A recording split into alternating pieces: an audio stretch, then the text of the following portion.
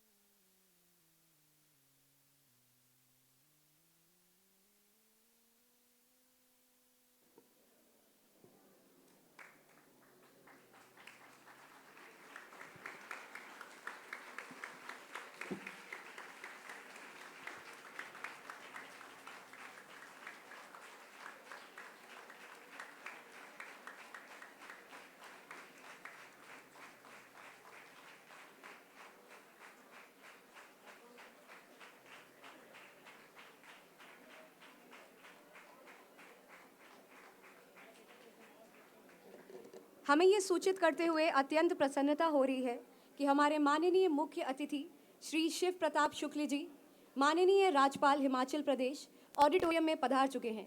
आप सभी से पुनः अनुरोध है, तालियों के साथ हमारे अतिथिगणों का पुनः स्वागत करिए.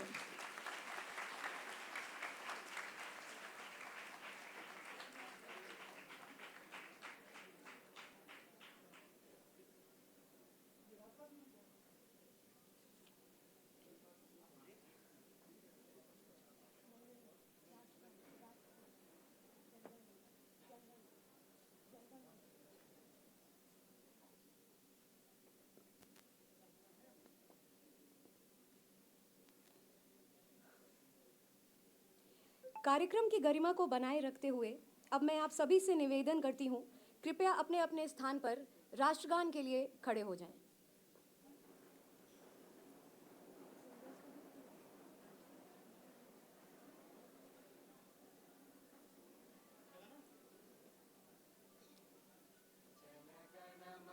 अधिनायक जय हे भारत भाग्य विधाता, पंजाब सिंध गुजरात मराठा द्राविड उत्कल गंगा, विंध्य हिमाचल यमुना गंगा उज्ज्वल जल जलधि तरंगा, तब शुभ नामे जागे, तब शुभ आशीष मांगे, गाहे तब जय गाथा.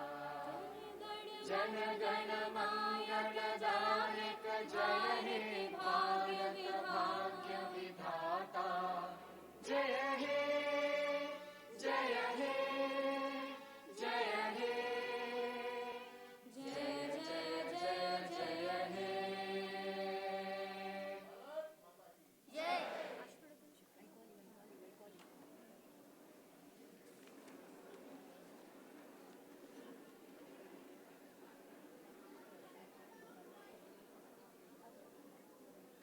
हमारे माननीय अतिथियों को इंट्रोडक्शन की आवश्यकता तो नहीं है, पर मैं आप सभी के समक्ष Shri Shiv Pratap Shukla ji, honourable governor of Himachal Pradesh ji, sir आपका मैं तहे दिल से स्वागत और अभिनंदन करती हूँ. आप वर्तमान में हिमाचल प्रदेश के 22nd गवर्नर के रूप में फरवरी 2023 से अपनी सेवाएं दे रहे हैं. आपकी early involvement in social and political activities ने एक लॉन्ग, डेडिकेटेड और इलस्ट्रियस पब्लिक सर्विस जर्नी की नींव रखी हुई है. सर, हमारे कॉलेज में आपका बहुत बहुत स्वागत है. डाइस पर बैठे हुए हमारे delegates doctor Ashok Bajpai ji, former member of parliament and current president Bharat Seva Sansthan Lucknow, sir आपका भी मैं बहुत स्वागत और अभिनंदन करती हूँ. Shri Rajesh Singh ji, general secretary Motilal memorial society Lucknow, sir आपका भी मैं बहुत बहुत स्वागत और अभिनंदन करती हूँ. हमारे principal sir professor Devendra Singh ji का भी मैं स्वागत और अभिनंदन करती हूँ. डायस पर बैठे हमारे honourable member of board of governance national PG college Shri Ranvijay Singh ji और श्री सुधीर हलवासिया जी का मैं हार्दिक स्वागत और अभिनंदन करती हूँ। भारतीय परंपरा के अनुसार किसी भी शुभ एवं ज्ञानपरक कार्यक्रम की शुरुआत दीप प्रज्वलन के साथ की जाती है, जो कि चेतना, ज्ञान और परंपरा का प्रतीक रहा है। मैं मंच पर उपस्थित सभी माननीय अतिथियों से ये अनुरोध करती हूँ कि वे कृपया दीप प्रज्वलन की इस पावन प्रक्रिया को संपन्न करने की कृपा करें।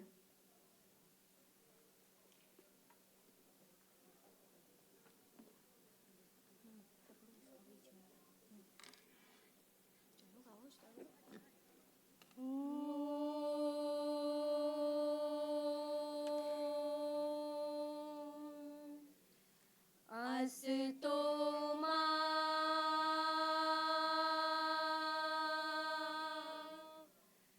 सद्गमया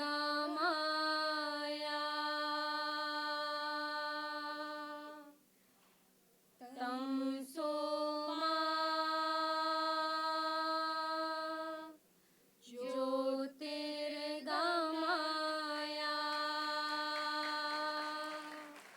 मृत्योर्मा अमृतं गमया। ॐ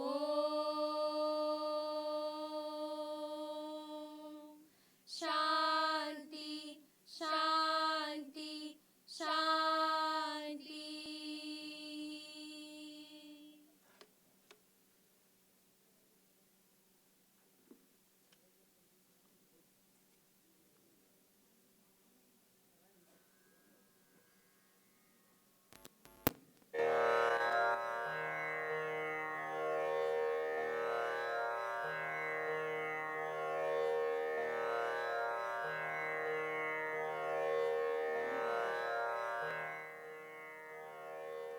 साथ ही मैं माननीय अतिथि गणों से ये भी अनुरोध करती हूँ कि वे माँ सरस्वती की प्रतिमा पर माल्यार्पण करने की कृपा करें।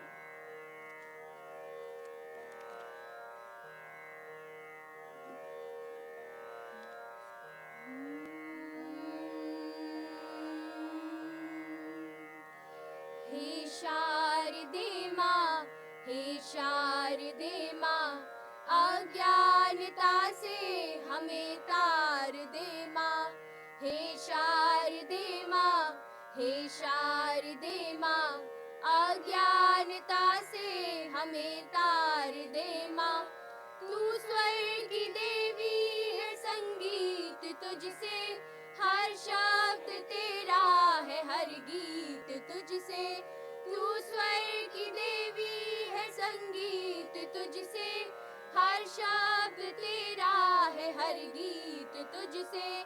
हम हैं अकेले, हम हैं अधूरे, तेरी शरण में हमें तार दे माँ।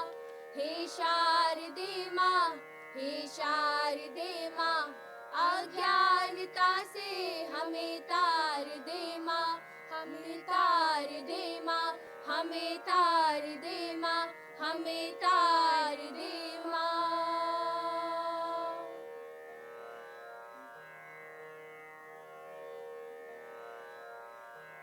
मैं श्रीमती चारू चौधरी, उपाध्यक्ष महिला आयोग उत्तर प्रदेश, मैम आपका भी मैं तहे दिल से स्वागत और अभिनंदन करती हूँ। I am sorry I missed it before, sorry. Thank you for coming, thank you. Now I would like to request कार्यक्रम को आगे बढ़ाते हुए our esteemed principal sir to felicitate our chief guest Shri Shiv Pratap Shukla ji, honourable governor of Himachal Pradesh, by presenting him with a bouquet, a shawl and a memento.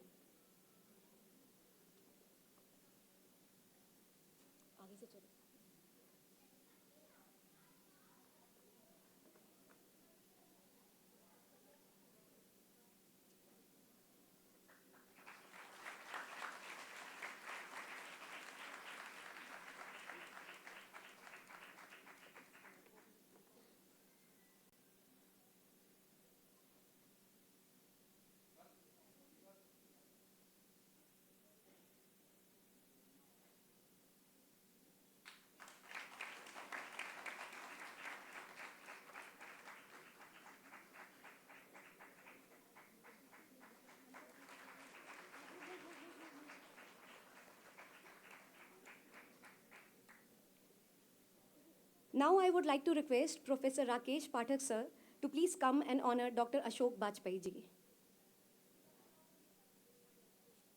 Professor Rakesh Pathak sir. I think he's not there. I would like to request Binu ma'am, head of the Department of English. Please ma'am come and honor Dr. Ashok Bajpai ji. Thank you.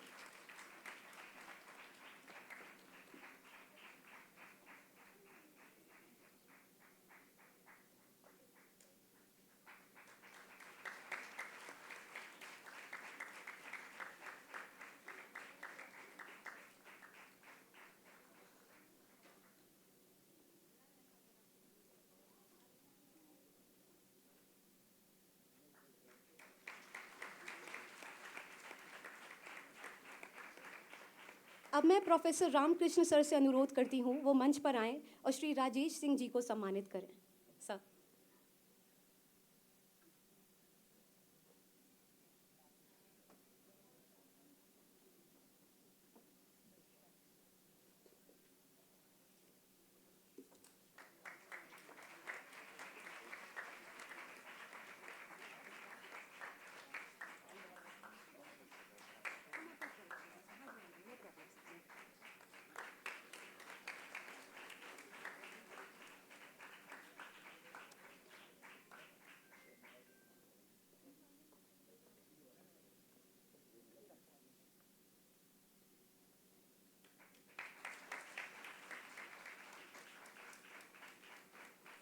Professor Rakesh Pathak sir, please come on the stage and honor Shri Ranvijay Singh ji.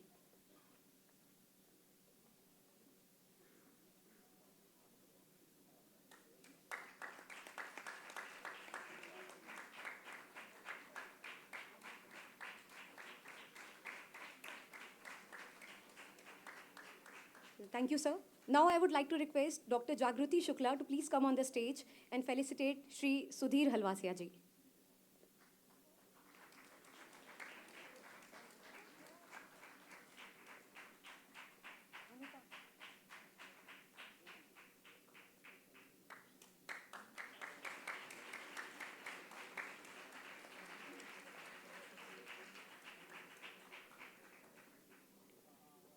I would like to request Dr. Puneet Kanaujiya to please come and felicitate Srimati Charu Chaudhary, Upadhyaksh, Mahila Ayog, Uttar Pradesh.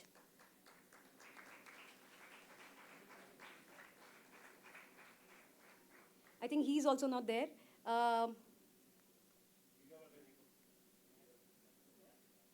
Neha ma'am, could you please come on the stage and felicitate Srimati Charu Chaudhary, Upadhyaksh, Mahila Ayog, Uttar Pradesh.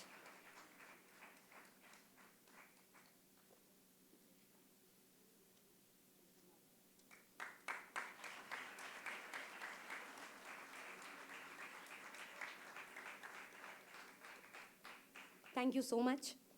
अब मैं मंच पर आमंत्रित करना चाहती हूँ हमारे माननीय प्राचार्य महोदय जी को कि वे अपने प्रेरक शब्दों के माध्यम से इस अकादमिक आयोजन को संबोधित करें.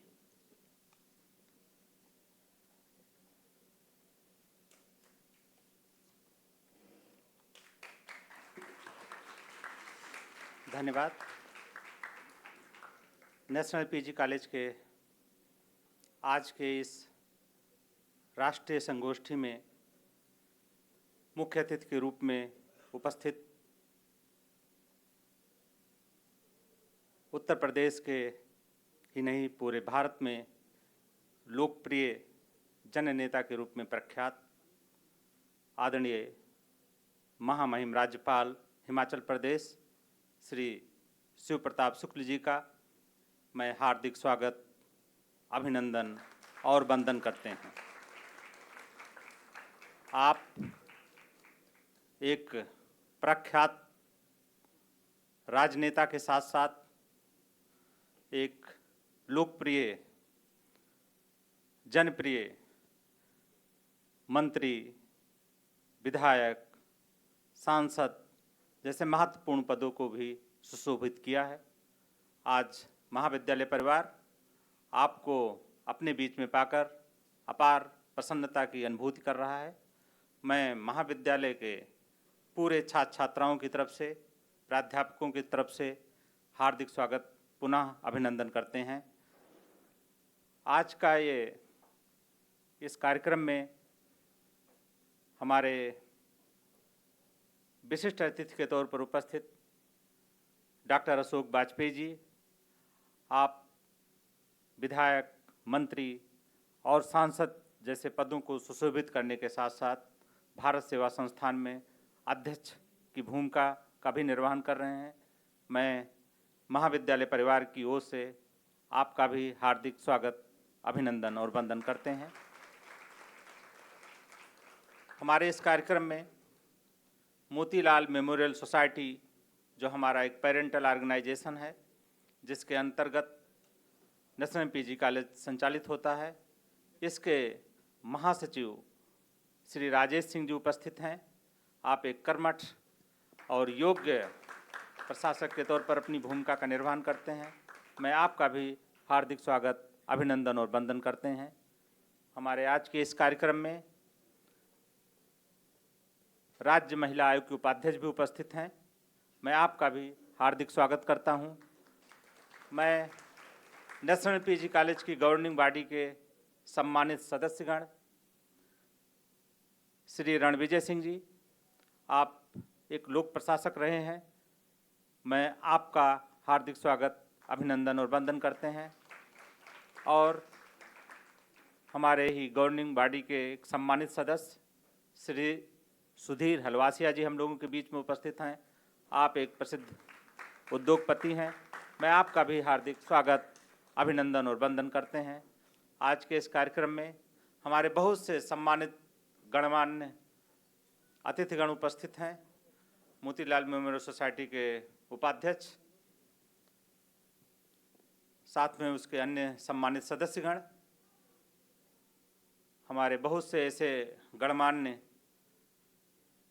विभिन्न संस्थाओं से आए हुए शिक्षाविद, मोतीलाल मेमोरियल सोसाइटी के अन्य सदस्यगण, मैं सभी का हार्दिक स्वागत, अभिनंदन और वंदन करते हैं। आज का यह कार्यक्रम एक नेशनल जो न्यू एजुकेशन पॉलिसी है, उसके महत्वपूर्ण विषय भारतीय ज्ञान परंपरा पर आधारित है। इंडियन नॉलेज सिस्टम, भारत सरकार ने न्यू एजुकेशन पॉलिसी के माध्यम से एक शिक्षाविदों के बीच में छात्र छात्राओं के लिए एक चेतना देने का कार्य किया, एक सांस्कृतिक चेतना देने का कार्य किया। और इसके माध्यम से भारत सरकार ने बताने की कोशिश की कि अभी तक हमें जो पढ़ाया जाता रहा, अभी तक हमें जो सिखाया जाता रहा, ये कहा गया सब कुछ पश्चिमी देशों ने दिया है। लेकिन एक जनवादी सरकार जब आती है, एक जनता के माध्यम से प्रेरित सरकार जब आती है, तो कहती है कि नहीं, हमें अपने कल्चर को समझना चाहिए, हमें अपने संस्कृति को समझना चाहिए कि उसकी जड़ें कहाँ तक हैं। और भारतीय ज्ञान परंपरा ये बताती है कि कौन सा ऐसा क्षेत्र है किसी भी विषय में जहाँ पर हमारा नॉलेज सिस्टम वहाँ तक ना पहुँचा हो। ये माना जाता है कि संस्कृति तो हमारे सिस्टम में है, लेकिन क्या विज्ञान में भी भारत का ज्ञान की कोई परंपरा रही है? तो हम बताना चाहते हैं कि भारत की ज्ञान परंपरा इतनी समृद्ध है कि जिसे सबसे गूढ़ विषय माना जाता है, चिकित्सा, चिकित्सा के क्षेत्र में भी भारत की ज्ञान परंपरा अथर्ववेद तक जाती है। साथ में हमारे पास चिकित्सा के दो शाखाएं चलती थीं। एक शाखा जिसे हम लोग मेडिसिन के संबंध में जानते हैं, फार्मास्यूटिकल के संबंध में जानते हैं, दूसरी वो जो सर्जिकल के क्षेत्र में जानते हैं। सुश्रुत जैसे प्रख्यात चिकित्सक ने सुश्रुत संहिता के माध्यम से सर्जरी की प्राचीन अवधारणा को स्थापित किया था। और मेडिसिन के क्षेत्र में चरक ने चरक संहिता के माध्यम से ऐसे दवाइयों का जनता के सामने लाया जिससे बड़ी सी बड़ी बीमारियां भी हम ठीक करने की स्थिति में होते थे। और कांगड़ा विश्वविद्यालय मेडिसिन के क्षेत्र में और अमरावती विश्वविद्यालय सर्जरी के क्षेत्र में पूरे विश्व में प्रख्यात था। यदि हम माने, दूसरा सबसे कठिन विषय माना जाता है, जिसे सिविल इंजीनियरिंग का एक पार्ट है, आर्किटेक्चर विभाग।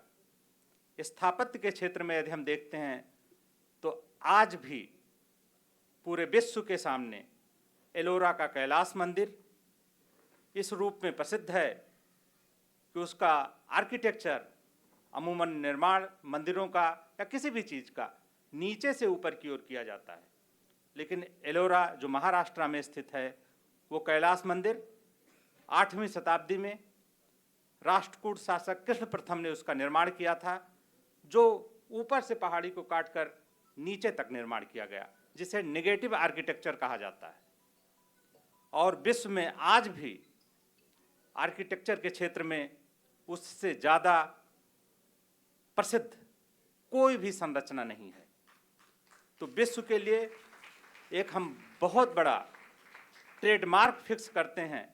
ऑस्ट्रेलिया और अमेरिका जैसे संस्थाओं से आज भी वास्तुविद आते हैं, उसकी स्टडी करते हैं कि इतना बड़ा और चमत्कारिक निर्माण कैसे किया गया। क्या इसे एलियन ने बनाया था क्या? लगभग माना जाता है 4 लाख टन मलबा निकला था, और वो मलबा आज भी 100 किलोमीटर के दायरे में कहीं दिखता नहीं, तो गया कहाँ? यह है एंशिएंट इंडियन इंजीनियरिंग का एक महत्वपूर्ण उदाहरण है। इतना ही नहीं, राजनीति के क्षेत्र में हमारी ज्ञान परंपरा इतनी सुदृढ़ थी कि जब हम देखते हैं, कौटिल्य ने अर्थशास्त्र के माध्यम से राजनीति शास्त्र को परिभाषित किया और कहा कि मंडल थियरी एक विदेश नीति का महत्वपूर्ण अवयव माना है उन्होंने।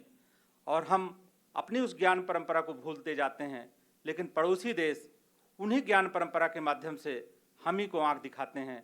कौटिल्य कहता था, आपका पड़ोसी कभी आपका मित्र नहीं हो सकता। वो कहता है, आपका पड़ोसी हमेशा आपका शत्रु होगा, और जो पड़ोसी का पड़ोसी होगा वह आपका मित्र होगा।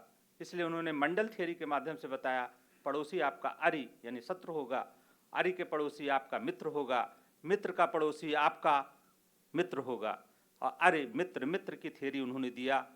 और हम देखते हैं, दूसरा उन्होंने बहुत महत्वपूर्ण शब्द दिया कि आप पड़ोसी के यहाँ जब भी शक्तिशाली हों तो उनके क्षेत्र में अधिकार जरूर करें, और अधिकार ही ना करें, वहाँ पर क्या करें? पब्लिक इन्वेस्टमेंट करें, यानी जनपद निवेश करें। यहाँ पर आज जाकर अपनी बस्ती, अपने सेंट्रल एरिया के लोगों को बसाएं। और हम देखते हैं, चाइना जब भी महत्वपूर्ण होता है, ताकतवर होता है, पड़ोसी देशों में घुस जाता है, और वहाँ पर क्या करता है? जनपद निवेश करता है। चाहे वो तिब्बत में हो, तिब्बत में कब्जा करने के बाद उसने तिब्बतियों को वहाँ से विस्थापित किया और मूल चाइना के लोगों को वहाँ पर इस्टेब्लिश किया। दूसरा, एक झांगझियांग प्रांत है चाइना में, वहाँ पर उरैयूर कम्युनिटी है, जिसे हम लोग मुस्लिम संप्रदाय को मानते हैं वो लोग, वहाँ पर भी वही चाइना पॉलिसी अपना रहा है। और हम भारत में इस पॉलिसी को नहीं अडॉप्ट करते, क्योंकि ये कहा जाता है कि जो आक्रामकता है वो भारत में नहीं है। तो हमें जो हमारी ज्ञान परंपरा है वो बताती है कि हमें कैसा अपनी पॉलिसी को बनाना चाहिए। कौटिल्य एक और महत्वपूर्ण उदाहरण देता है। हर जगह हम सुनते हैं कि भ्रष्टाचार है, भ्रष्टाचार है। वो एक तकनीक देता है कि उपधा परीक्षण के बाद ही हम हर क्षेत्र में लोगों का अपॉइंटमेंट करेंगे। और वो कहता है, एडमिनिस्ट्रेशन में हम उन्हीं को अपॉइंट करेंगे जो अर्थोपधा में पास होगा, फाइनेंशियल कार्य हम उसी से कराएंगे। धर्मोपधा में के माध्यम से वो जुडिशरी के लोगों को अपॉइंटमेंट करने की बात करता है। कामोपधा के माध्यम से वो कहता है जो इसको पास करेंगे उसी को हम धार्मिक कार्यों में लगाएंगे। तो इस तरह से हमारे सामने वो एक ट्रेडमार्क रखता है हर चीज़ का कि किस तरह से हमें अपना एडमिनिस्ट्रेशन चलाना चाहिए। लेकिन धीरे धीरे करके हम उसको भी भूलते जा रहे हैं। हम सब जानते हैं कि राइट ब्रदर्स ने विमान का आविष्कार किया, लेकिन कोई ये नहीं जानता कि भारद्वाज ने 4th सेंचुरी एडी के आसपास विमान शास्त्र नामक ग्रंथ लिख डाला था और उन्होंने 14 तरह के विमान बताए। एक दो नहीं, 14 तरह के विमानों की संरचना चित्र के माध्यम से उन्होंने प्रकाशित कराया। लेकिन हम उस परंपरा को भी भूल गए और हम यही बताते हैं कि राइट ब्रदर्स ने ही विमान का आविष्कार किया। हम सब अपने साइंस के बुक्स में स्टूडेंट्स को पढ़ाते हैं कि न्यूटन ने ग्रेविटी का थ्योरी दी, जबकि ब्रह्मगुप्त ने ब्रह्मस्फुट सिद्धांत में लगभग 4th सेंचुरी एडी के आसपास, लगभग इनसे 1000 साल पहले न्यूटन के ये बता दिया था कि पृथ्वी के अंदर एक गुण है कि वो लोग चीज़ों को अपने तरफ आकर्षित करती है। पानी के अंदर गुण है कि वो शीतलता प्रदान करती है। अग्नि के अंदर गुण है कि वो लोगों को जलाती है। और बाद में भास्कराचार्य ने बताया कि जलाने वाला जो गुण है, उसको आकर्षित करने वाला जो गुण है, उसको गुरुत्व कहा जाता है। और लगभग उसके 700 साल बाद न्यूटन ये बताता है 1666 के आसपास कि ये पृथ्वी आकर्षित करती है, उसको गुरुत्वाकर्षण कहा जाता है।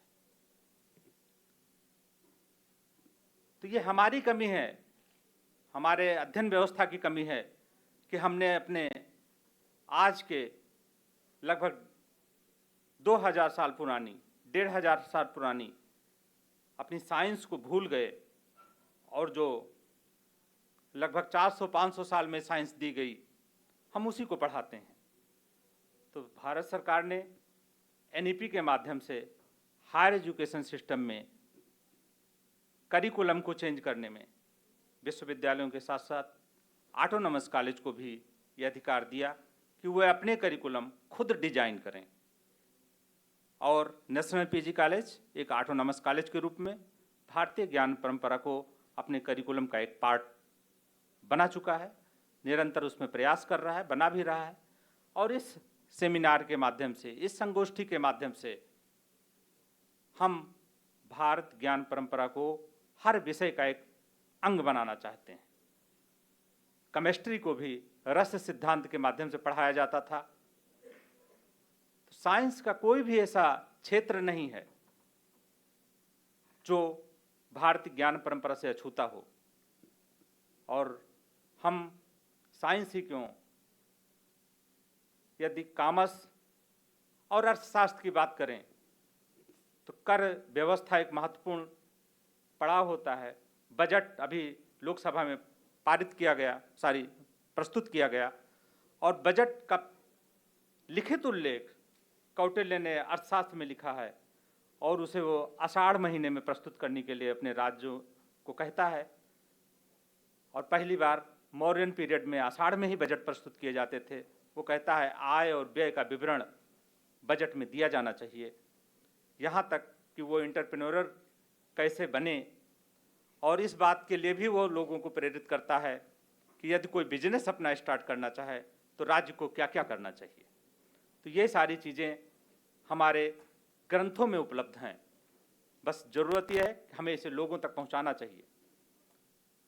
एक छोटा सा मैं उदाहरण दे करके अपनी बात खत्म करना चाह रहा हूं। जब भरत राम से मिलने चित्रकूट गए थे तो बहुत से संवाद राम और भरत के बीच में हुए। तो हमारा टैक्सेशन सिस्टम कैसा होना चाहिए, इसके बारे में राम ने भरत से पूछा कि भरत, क्या तुमने प्रशासनिक व्यवस्थाएं विधिवत संभाल ली? क्या तुमने कर निर्धारण की अपनी व्यवस्था को अपने परंपरा से सीखा है? जिस तरह हमारे आराध्य भगवान सूर्य धरती से, नदियों तालाबों से जल लेते हैं और पता नहीं लगता कि वो कितना जल ले रहे हैं, कितना नहीं। और बाद में वर्षा के माध्यम से उसका दुगना तिगुना मात्रा में उसे वापस करते हैं, उसी तरह से तुम जनता पर टैक्स लगाना ताकि जनता को कोई पीड़ा भी ना हो और जितना वो दे रहा है उससे दुगना तिगुना मात्रा में उनको वापस करना। यदि तुम ऐसा कर सके तो हमारे क्षेत्र की जनता कभी हमारे खिलाफ नहीं हो सकती।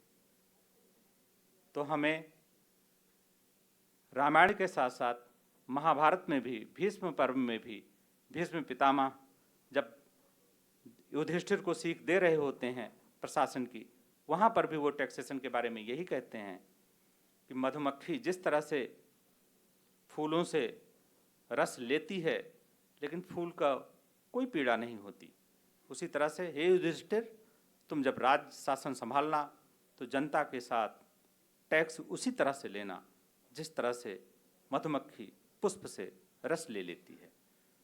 तो हम सिर्फ ये बताना चाहते हैं कि भारतीय ज्ञान परंपरा काफ़ी समृद्ध, महत्वपूर्ण और भारत की सांस्कृतिक चेतना को जगाने वाला है। यदि छात्र छात्राओं को हर विषय में के इंट्रोडक्शन में हमारे टीचर्स, हमारे एकेडमिक क्षेत्र के लोग ये बताएं कि हर सब्जेक्ट की जड़ भारत के ज्ञान को प्राचीन तक ले जाती है और वो जो ज्ञान परंपरा है वो हमेशा राष्ट्र के प्रतिबिंब को जनता के सामने प्रस्तुत करता है और वो हमें इस बात के लिए प्राउड फील कराता है कि भारत एक वैज्ञानिक देश था, भारत एक सांस्कृतिक चेतना का देश था, भारत एक ऐसे समृद्ध देश का प्रतिनिधित्व करता था जिसे प्राचीन काल में सोने की चिड़िया कहा जाता था। मैं आज के इस कार्यक्रम के लिए सभी को पुनः शुभकामना देते हैं कि हमारा ये कार्यक्रम बहुत ही छात्र छात्राओं की उपस्थिति में गौरवमयी हो। धन्यवाद। जय हिंद।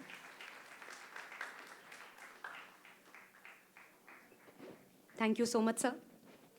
ज्ञान और अकादमिक गतिविधियों के प्रसार की दिशा में एक महत्वपूर्ण कदम के रूप में अब हम कॉलेज न्यूज़लेटर का विमोचन करने जा रहे हैं।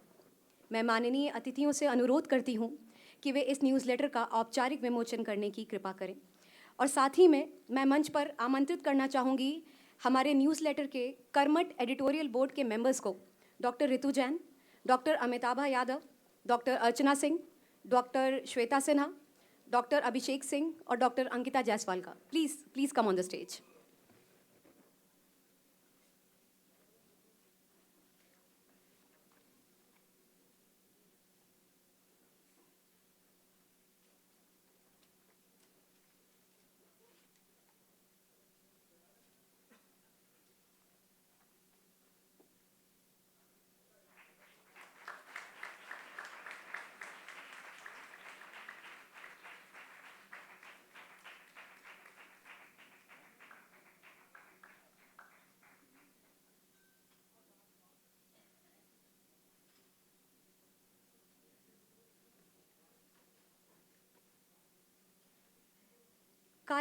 कार्यक्रम को और आगे बढ़ाते हुए अब मैं मंच पे डॉक्टर अशोक वाजपेयी जी को आमंत्रित करती हूँ, जो कि हमारे माननीय पूर्व सांसद रह चुके हैं और presently president of Bharat Seva संस्थान है।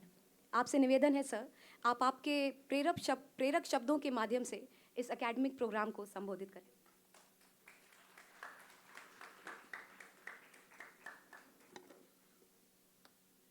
आज के कार्यक्रम के मुख्य अतिथि हिमाचल प्रदेश के महामहिम राज्यपाल और उत्तर प्रदेश के बहुत ही लोकप्रिय जननायक आदरणीय शिव प्रताप शुक्ल जी, मोतीलाल मेमोरियल सोसाइटी के कर्मठ महामंत्री आदरणीय राजेश सिंह जी, मोतीलाल मेमोरियल सोसाइटी के सम्मानित सदस्य रणविजय सिंह जी, आदरणीय सुधीर हलवासिया जी, उपाध्यक्ष महिला आयोग महोदया, मोतीलाल मेमोरियल सोसाइटी के सभी सम्मानित सदस्यगण, भारत सेवा संस्थान के सम्मानित सदस्यगण, आए हुए अतिथिगण, पत्रकार मित्र, विद्यालय परिवार नेशनल कॉलेज के सभी शिक्षक बंधु, विद्यालय के विद्यार्थी, छात्र छात्राएं, शिक्षिकाएं, माननीय आदरणीय प्रधानाचार्य महोदय, अभी प्राचार्य महोदय ने विस्तार से भारतीय ज्ञान परंपरा पर एक विस्तृत व्याख्यान हम सब लोगों के समक्ष प्रस्तुत किया। आज हम सब सौभाग्यशाली हैं कि ऐसे गंभीर विषय पर एक ऐसे योग्य शिक्षाविद को हम लोग सुनने जा रहे हैं, आदरणीय शिवप्रताप शुक्ल जी को, जिनका भारतीय नॉलेज या भारतीय ज्ञान परंपरा से एक लंबा रिश्ता भी रहा है, संबंध भी रहा है, और स्वयं एक विद्वत व्यक्ति हैं। तो मैं समझता हूँ उनका उद्बोधन हम सब लोगों का एक मार्ग प्रशस्त करने का काम करेगा। जहाँ तक सवाल है भारतीय ज्ञान परंपरा की, मैं समझता हूँ कि भारतीय संस्कृति दुनिया की सबसे प्राचीन संस्कृति है, और केवल प्राचीन संस्कृति ही नहीं, जो हमारी ज्ञान परंपरा है वो भी वैदिक कालीन ज्ञान परंपरा। आज भी विज्ञान में या ज्ञान के क्षेत्र में कोई ऐसा नया नहीं कुछ हो पाया है जिसे हमारी वैदिक ज्ञान परंपरा में जिसकी सोच न पहले प्रस्तुत की गई हो। आज चाहे विज्ञान के क्षेत्र में हो, चाहे संस्कृति के क्षेत्र में हो, आध्यात्म के क्षेत्र में हो, हर क्षेत्र में हमारी वैदिक ज्ञान परंपरा, हालांकि उसका उस तरीके से आधुनिक काल में उतना अध्ययन विस्तार से नहीं हुआ, उस पर चिंतन नहीं हुआ जिसकी आवश्यकता थी। और आज़ादी के बाद ये दायित्व तो हमारा था कि हम अपनी वैदिक ज्ञान परंपरा से देश और दुनिया को परिचित कराते। उसमें कहीं ना कहीं जरूर शिथिलता हुई, लेकिन आज हम लोग इस बात के लिए बधाई देना चाहेंगे कि भारत सरकार के निरंतर प्रयासों से भारतीय ज्ञान परंपरा के बारे में आज दुनिया को जो जानकारी उपलब्ध हो रही है, उससे लोगों को ये लग रहा है कि भारतीय ज्ञान परंपरा कितनी प्राचीन थी और कितनी दुनिया से, मैं समझता हूँ, चाहे किसी भी क्षेत्र में हो, चाहे गणित के क्षेत्र में हो, विज्ञान के क्षेत्र में हो, चिकित्सा के क्षेत्र में हो, शिक्षा के क्षेत्र में, हर क्षेत्र में आज जो ग्रंथ हमारे पास हैं, जो हमारा साहित्य है, दुनिया में इतना समृद्ध साहित्य किसी के पास नहीं होगा। चाहे हमारे वेद हों, पुराण हों, उपनिषद हों, ज्ञान के भंडार हैं, और उनकी एक एक ऋचाओं का अध्ययन करें तो लगता है कि हमारे ऋषियों मुनियों ने, हमारे मनीषियों का कितना गंभीर चिंतन था और कितने समसामयिक विषयों पर उनकी कितनी अभूतपूर्व सोच थी। अगर हम उसका इस तरीके से अध्ययन करें, हमारी पुराणों में, हमारे ग्रंथों में, हमारी महाभारत में, गीता में जो भाष्य है, उन सारी चीज़ों को अगर हम देखें तो लगता है कि हमारी ज्ञान परंपरा कितनी समृद्ध थी। और आज जो चीज़ों को हम लोग कल्पना करते हैं, अभी जैसा प्राचार्य महोदय ने कहा कि हम लोग कहते हैं कि राइट बंधुओं ने जहाज का जो पहली शुरुआत की, लेकिन हमारे यहाँ तो उस समय कि चलत भी उड़त विमान को लाहल होई, जब भगवान राम लंका विजय करके आए हैं अयोध्या के लिए, और उस समय विमान से आए, तब ये विमान की कल्पना थी। आज जो है मिसाइल युग में तमाम तरह तरह की मिसाइल, लेकिन हमारे महाभारत युद्ध में अगर आप देखें कि सारा युद्ध मिसाइलों से हुआ था, जो उनके बाण थे वो सब मिसाइल के रूप में जिस तरीके से, और कितनी दूर तक की उनकी मारक क्षमता थी। तो आज सामरिक क्षेत्र में भी दुनिया कुछ ऐसा नया नहीं कर पाई है जो कि हमारे ऋषियों मनीषियों ने या वैदिक काल में हमारे जो भी युद्ध हुए हैं उनमें जिन अस्त्रों का प्रयोग हुआ है, उससे ज़्यादा आधुनिक अस्त्र अभी तक मैं समझता हूँ किसी भी देश ने अभी तक बनाने का काम नहीं किया। लेकिन हमने उनका अध्ययन नहीं किया, हमने उनके ऊपर उस तरीके का चिंतन नहीं किया। आज आवश्यकता है कि हमारी जो ज्ञान संपदा है उसका विस्तृत अध्ययन किया जाए, उससे लोगों को परिचित कराने का काम किया जाए। सूर्य की दूरी कितनी है, कितने समय में पृथ्वी से परिक्रमा करती है, सारा अध्ययन हमारे खगोल शास्त्रियों ने न जाने हजारों साल पहले कर लिया था, जिसकी कि आज गणना हो रही है। कंप्यूटर से ज़्यादा सूक्ष्म दिमाग था, तेज दिमाग था हमारे उन वैज्ञानिकों का, हमारे उन वैदिक शास्त्रियों का, जिन लोगों ने इन सबकी संरचना की थी। लेकिन हमने अपनी उस अमूल्य ज्ञान निधि को उस तरीके से संचित करके आगे तक विस्तार देने का काम नहीं किया। आज ये समय है, मैं बधाई देना चाहूँगा नेशनल पीजी कॉलेज के प्राचार्य महोदय का, यहाँ के प्रबंधक जी का, आदरणीय महामंत्री जी का, जिन्होंने ऐसे गंभीर विषय के ऊपर आज की ये संगोष्ठी आयोजित की और महामहिम राज्यपाल जी को उनके उद्बोधन से और निश्चित रूप से नेशनल डिग्री कॉलेज के बच्चों को अपनी वैदिक ज्ञान परंपरा के बारे में जानकारी हो सकेगी और ये भी मालूम हो सकेगा कि हमारा वैदिक संस्कृति, हमारा वैदिक ज्ञान कितना समृद्ध था और कितने हमारे जो साहित्य है वो कितना समृद्ध है। आज जिन हम ग्रंथों की बात करते हैं कि आज दुनिया के तमाम सारे विकसित देश हमारे उन ग्रंथों का अध्ययन करके तमाम नई नई चीज़ों का आविष्कार कर रहे हैं, लेकिन हमारे यहाँ उनको उपेक्षित करने का काम किया गया। लेकिन आज समय आ गया है कि हम अपनी गौरवशाली अतीत के ऊपर हम लोगों को गर्व करना चाहिए और उसको विस्तार से उसको दुनिया के सामने प्रस्तुत करने का काम करना चाहिए। और हमने जो कुछ है चिकित्सा के क्षेत्र में आप देखें कि जिस तरीके से जब लक्ष्मण जी को शक्ति लगती है, एक वैद्य के कहने पर जो संजीवनी आती है उनको नया जीवन दे देती है। आज भी दुनिया के विज्ञान में इस तरह की कहीं पर भी चिकित्सा पद्धति विकसित नहीं हुई है कि एक व्यक्ति का जीवन नया जीवन दे सके, जो हमारी वैदिक काल में हमारी चिकित्सा संस्कृति या चिकित्सा पद्धति थी। तो ये सारी चीज़ों पर अध्ययन करने की आवश्यकता है, केवल इसको कपोल कल्पना लेकर, क्योंकि आज के हमारे वामपंथी जो विचारक हैं इस सबको एक कपोल कल्पना करके इसके सबको भारतीय संस्कृति को या भारतीय ज्ञान परंपरा को हमेशा नीचा दिखाने का काम करते हैं। आज आवश्यकता है कि हम इन सब चीज़ों पे हमारा शोध होना चाहिए, अध्ययन होना चाहिए और हमारी जो वैदिक ज्ञान परंपरा है उससे सारी दुनिया को परिचित कराने की आवश्यकता है।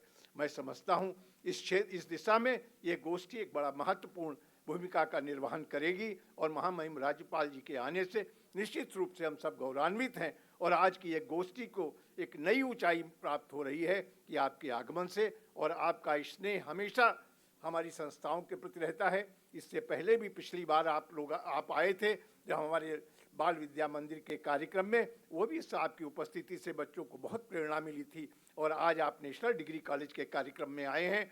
निश्चित रूप से हमारे बच्चे और हमारा विद्यालय परिवार हमेशा इससे लाभान्वित होगा और आपके प्रति हमेशा आभारी रहेगा।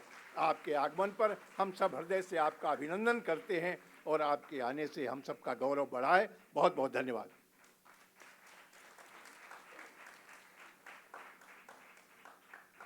Thank you so much, sir. And finally, the moment we all are waiting for is here. ये हमारे लिए अत्यंत गौरव का क्षण है कि हमारे बीच में माननीय महामहिम राज्यपाल हिमाचल प्रदेश श्री शिव प्रताप शुक्ल जी उपस्थित हैं। आप एक मूर्धन्य विद्वान हैं, उच्च कोटि के वक्ता हैं। आप भारत सरकार के विभिन्न महत्वपूर्ण पदों को सुशोभित कर चुके हैं, जैसे minister of state for finance, member of parliament Rajya Sabha, cabinet minister Uttar Pradesh government, member of Uttar Pradesh legislative assembly और vice president Bharatiya Janata party Uttar Pradesh. Sir, अब मैं माननीय राज्यपाल महोदय को पुनः सादर आमंत्रित करती हूँ कि वे अपने सारस्वत उद्बोधन द्वारा आज के इस इंडियन नॉलेज सिस्टम्स विषयक एक दिवसीय राष्ट्रीय संगोष्ठी को दिशा एवं प्रेरणा प्रदान करें।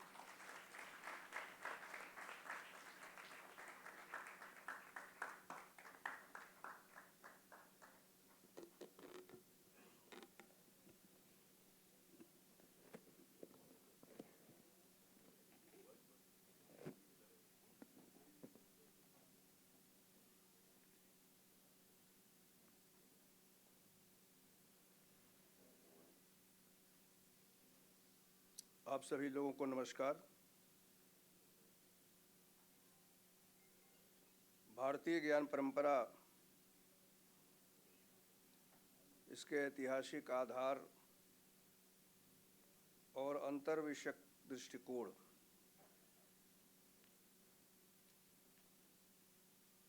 मैं अपने विषय को रखने के पहले जरूर अध्येता विद्यार्थियों से इस बात को जानना चाहूँगा कि क्या इस विषय को पढ़ाया जाना चाहिए। बोलिए, क्या आपको लगता है कि इस विषय को पढ़ाया जाना चाहिए? इस नाते मैंने इस बात को आपसे जानना चाहा है कि अगर मन में रहेगा कि पढ़ाया जाना चाहिए तो ही आप इसकी गहनता से अध्ययन कर सकेंगे। मंच पर उपस्थित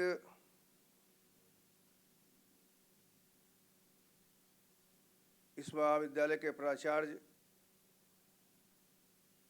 प्रोफेसर देवेंद्र कुमार सिंह जी, पार्लियामेंट में मेरे साथ रहे, उत्तर प्रदेश के विधानसभा में भी हम लोग साथ साथ रहे, डॉक्टर अशोक वाजपेयी जी जो भारत सेवा संस्थान के अध्यक्ष हैं,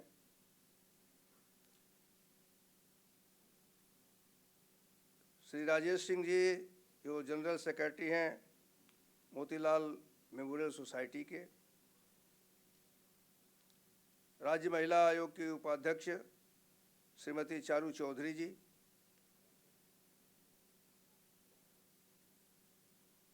बोर्ड के सम्मानित सदस्य श्री रणविजय सिंह जी, श्री सुधीर हलवासिया जी, हमारे समक्ष बैठे हुए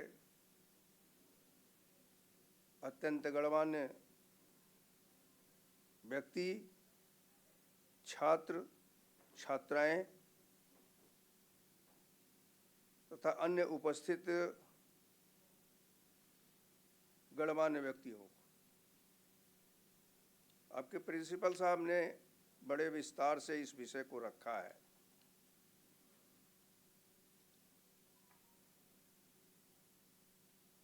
और शायद इस नाते भी रखा कि किसी के बोलने के बाद इस विषय की गंभीरता को लोग समझें।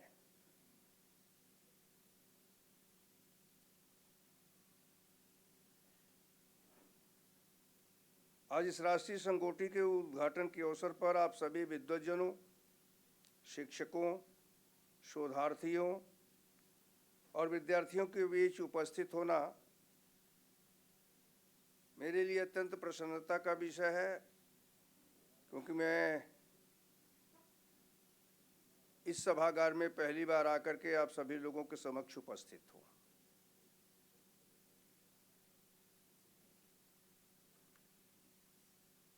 जो विषय है ये हमारी बौद्धिक विरासत के पुनर्मूल्यांकन का एक महत्वपूर्ण विषय है। राष्ट्रीय शिक्षा नीति 2020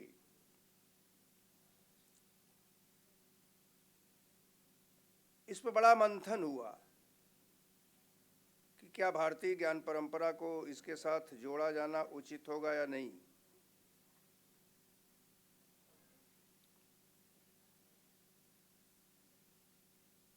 यहाँ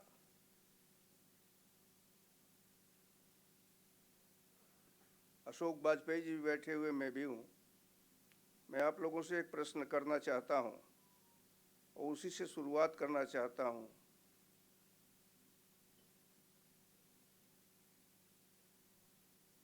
कि भारत सरकार ने एक विधेयक पारित किया था, ट्रिपल तलाक, उचित था या अनुचित था? बोलिए, खुल करके बोलिए, उचित था या अनुचित था? मैं इस नाते इस विषय को रख रहा हूं कि समाज में व्याप्त कुरीतियों को अगर आप दूर करने के लिए आगे बढ़ेंगे तो भारतीय परंपरा को कहीं न कहीं ला करके स्थापित करने का काम करेंगे। वर्षों पूर्व हमारे यहाँ सीता का स्वयंवर हुआ था। सीता के स्वयंवर में उनको वरमाला देकर के ये कहा गया था कि जिसे चाहो उसे अपना जीवन साथी चुनो, और तब उन्होंने राम को अपना जीवन साथी चुना था। यह कितनी खुली हुई हमारे यहाँ एक परंपरा थी कि एक राजकन्या किसी को भी वर सकती है, और इस नाते सीता ने एक राजकुमार को, जो अयोध्या का राजकुमार था राम, उसका वरण किया और अपना जीवन साथी चुना।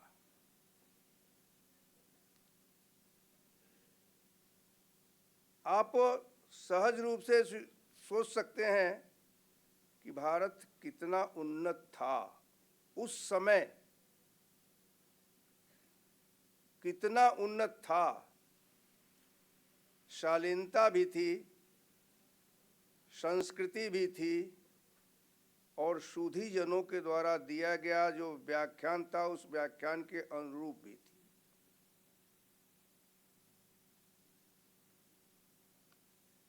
हम जब भारतीय ज्ञान परंपरा जो अत्यंत प्राचीन और व्यापक है, जिसकी गहनता यह है कि यह केवल मानव जीवन तक सीमित नहीं है, बल्कि इसमें प्रकृति, जीव जगत, जलभूमि और पर्यावरण के संरक्षण की भावना निहित है।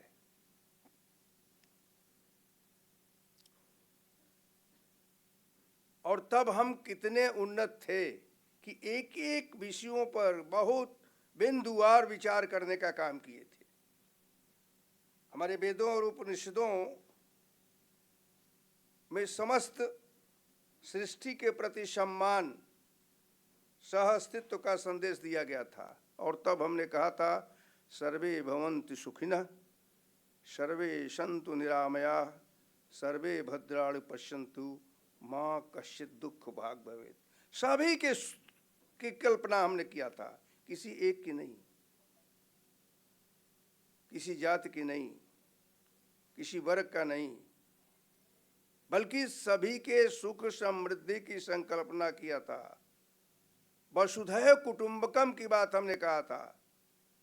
हमने तब भारत के उद्दात प्रणाली को भारत से बाहर ले जाने का भी काम किया था और कहा था वसुधैव कुटुंबकम, पूरी वसुधा कुटुंब है हमारा, पूरी वसुधा कुटुंब है हमारा। ये भारतीय ज्ञान परंपरा का एक अंग था। हमारे यहाँ किसी को भी दबाया नहीं गया। चार्वाक एक विद्वान था, प्रकृति की बात तो करते थे, लेकिन वह देव के सह अस्तित्व को स्वीकार नहीं कर सकते थे। तो उन्होंने कहा, यावत जीवेत सुखं जीवेत ऋणं कृत्वा घृतं पीवेत। जब तक जियो सुख से जियो, ऋण लेकर के घी पियो। वह क्यों कहा? उन्होंने कहा कि यह एक भौतिकवाद है, और उस भौतिकवाद को अगर देखें तो आज एक उदाहरण मैं देना चाहता हूं।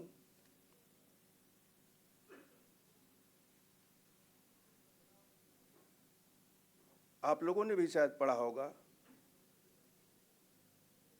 गाजियाबाद की 3 बच्चियां 8वीं या 9वीं मंजिल के से कूद करके इस नाते जान दे दी कि उनके पिता ने उनको मोबाइल ले लिया और कहा कि कोरियन संस्कृति के संदर्भ में तुमको नहीं विचार करना है। आप सोचिए कि तीनों ने कहा था कि मुझे भारतीय नहीं, कोरियन संस्कृति और कुछ और भी कहा जिसको मैं नहीं कह सकता हूं चाहिए। तीनों ने कूद करके जान दिया। बहुत लंबा चौड़ा सुसाइड नोट लिखा और लिखने के बाद ये किया। तो क्या यह संस्कृति अच्छी है या वह संस्कृति अच्छी है जो सह अस्तित्व के लिए सीता और राम का विवाह स्वयंवर रचा करके किया गया था? आप सहज रूप से इस बात को विचारिए कि वेद जो है, जिस पर बहुत अच्छी बात आपके प्रिंसिपल ने वो किया, बहुत अच्छा परिभाषात्मक एक एक बिंदुओं पर दिया। वेद आज लोगों को ये लगता है कि ये क्या है, कपोल कल्पना है। लेकिन जरा सोचिए कि जर्मन विद्वान मैक्स मूलर इसी देश में आया। मैक्स मूलर जब आया तो उन्होंने यहाँ कहा कि ये जो वेद है, वेदों को लिया, अध्ययन नहीं कर पाया क्योंकि भाषा का ज्ञान नहीं था, तो अध्ययन न कर पाने के नाते उसने कहा तो ये तो गरेड़ियों का गाना है, जो भेड़ चराया करते थे उनके द्वारा जो गाना गाया जाता था वही है वेद। और आप इस बात पर विचार करिए कि वही मैक्स मूलर जब उस वेद को लेकर के जर्मनी में जाता है, जर्मनी में जाकर के भाषा का अध्ययन करता है, फिर वेद को पूरी तौर पर जब समझता है तो समझने के बाद कहता है कि मैं कितना गलत था कि बिना जाने वेद को, भाषा का न जानने के नाते मैं नहीं समझ पाया, गड़ेड़ियों का गाना कह दिया। वास्तव में वेद ही एक ऐसा है जिसमें सब कुछ सन्निहित है।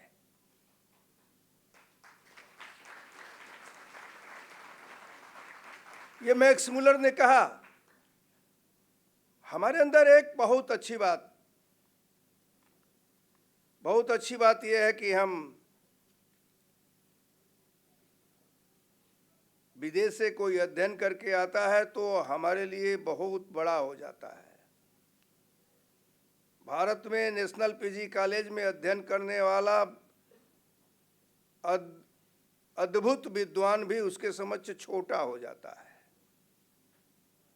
ये जो हमारे अंदर बात आई, तो भारत सरकार ने क्यों कहा कि आप अपने अपने करिकुलम बनाइए, इस नाते कहा कि नेशनल कॉलेज जो अपना करिकुलम बनाएगा तो बनाने के बाद जो वहाँ से अध्ययन करके विद्यार्थी निकलेगा तो वह अपने अपने विषय का एक बहुत अच्छा अध्येता रहेगा।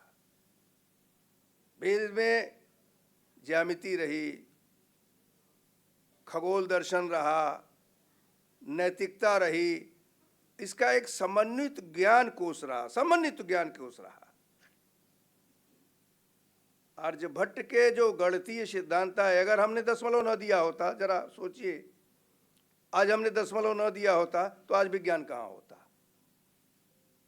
दशमलव देने का काम तो भारत ने किया था ना।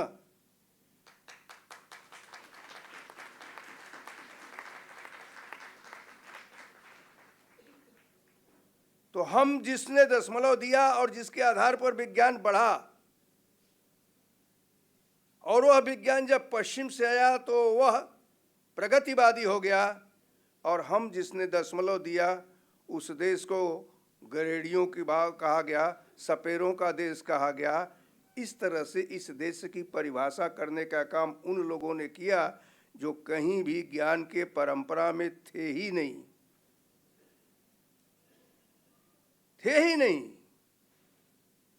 यहाँ वेनशांग आया, फायान आया, चीन की चर्चा हुई थी ना, अभी प्रिंसिपल साहब ने किया था।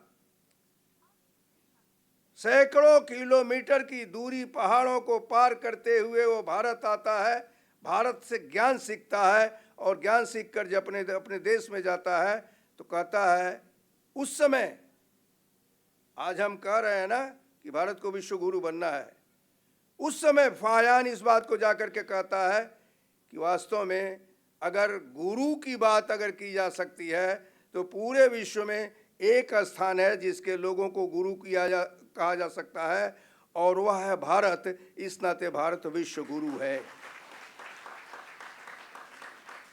ये फायान जाकर के करता है। हम अपने को भूलेंगे तो हम अपने को नहीं जानेंगे। हम बाहरी ज्ञान को पूरी तौर पर ज्ञान का रूप देते हैं, लेकिन वास्तविकता यह है कि अंतर मन में एक बार जो है ध्यान पूर्वक अगर देखा जाए तो जिस प्रकार से ज्ञान का प्रभाव हमारे मन पर जो गहराइयाँ रहती हैं हटाता है, और कितना क्रिस्टल की तरह से हमारे मन को वो सुंदर करने का काम करता है। इस ध्यान की परंपरा को हमारे वेदों ने दिया, पाणिनि ने दिया। तो इस प्रकार से भारतीय ज्ञान परंपरा को जो इधर भारत सरकार ने दिया है, भाई जो भी ब्रह्मगुप्त ने दिया अपना खगोलीय शास्त्र के आधार पर, वैज्ञानिक चिंतन को इतना सुदृढ़ किया जिसकी कोई कल्पना नहीं की जा सकती है। केवल उसको धीरे धीरे समझ सकते हैं, तब जाकर के उसको प्राप्त कर सकते हैं, कल्पना के द्वारा नहीं।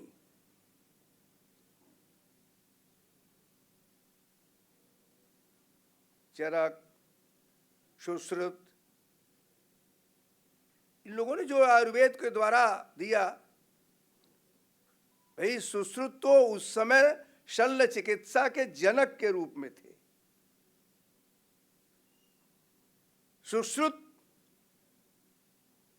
को कभी आपने अगर देखा होगा, दिखाया गया होगा सुश्रुत का रूप, तो आप अपने गूगल में खोजिएगा तो सुश्रुत का आता है, हाथ में एक पत्ती जैसी है, उस पत्ती से ऑपरेशन करने का काम कर रहे हैं, शल्य चिकित्सा करने का काम कर रहे हैं।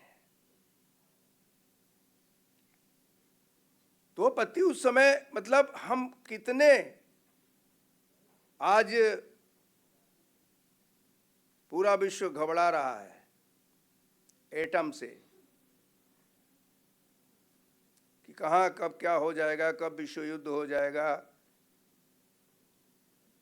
लेकिन एक बात तो सहज रूप से देखिए, जिस महाभारत की बात युद्ध के संदर्भ में अशोक वाजपेयी जी ने कहा है, आपको एक उदाहरण मैं देना चाहता हूँ। महाभारत के पूरे युद्ध की समाप्ति जब हो गई और पांडव ही रह गए, कौरव पूरी तौर पर समाप्त हो गए, तो पांडवों में भी इस बात का अहंकार था कि मैंने ही महाभारत के पूरे विश्व को, पूरे युद्ध को करने का काम किया। पूरा युद्ध हमने ही लड़ा, हमारे द्वारा चलाए गए अस्त्र और शस्त्र के द्वारा ही ये सारा युद्ध जीता गया है।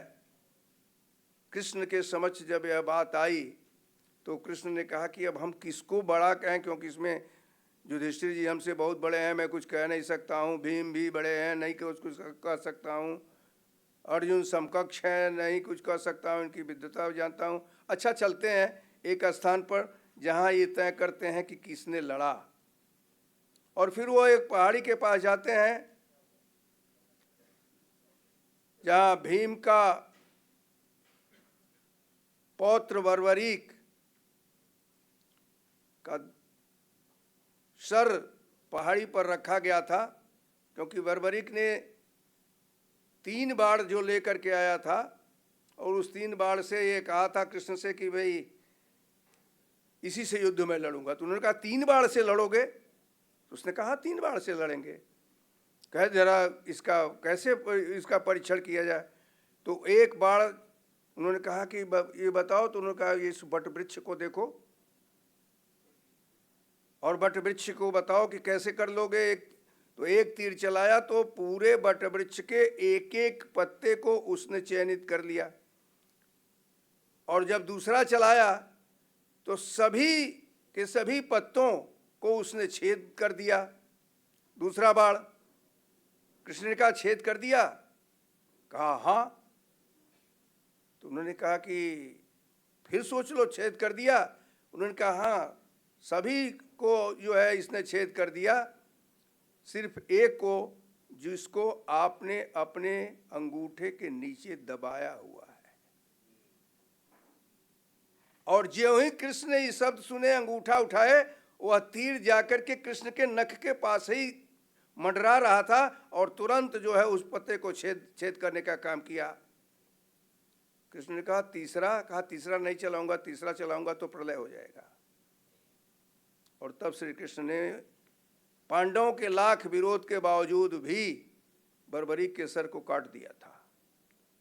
काटा नहीं था बल्कि मांगा था, और मांगने के बाद बर्बरीक ने तलवार से अपने सर को काट दिया था।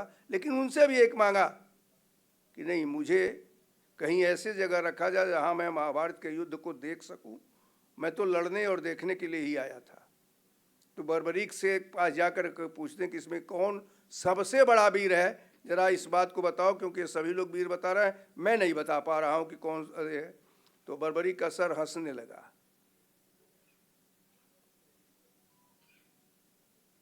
तो उस समय युधिष्ठिर ने कहा कि पुत्र क्यों हंस रहे हो, बताओ तो किसने सबसे अधिक वीरता करने का काम किया। तो उन्होंने कहा तात क्षमा करेंगे, आप लोगों में से किसी को मैं नहीं कह सकता हूं। कहने तो किसने लड़ा अगर किसी को नहीं कह सकते हो। उन्होंने कहा कि आप लोग केवल युद्ध में हाथ पैर हिलाने का काम कर रहे थे, पूरे महाभारत को, युद्ध को लड़ने का काम कृष्ण के इशारे पर कृष्ण का सुदर्शन चक्र कर रहा था।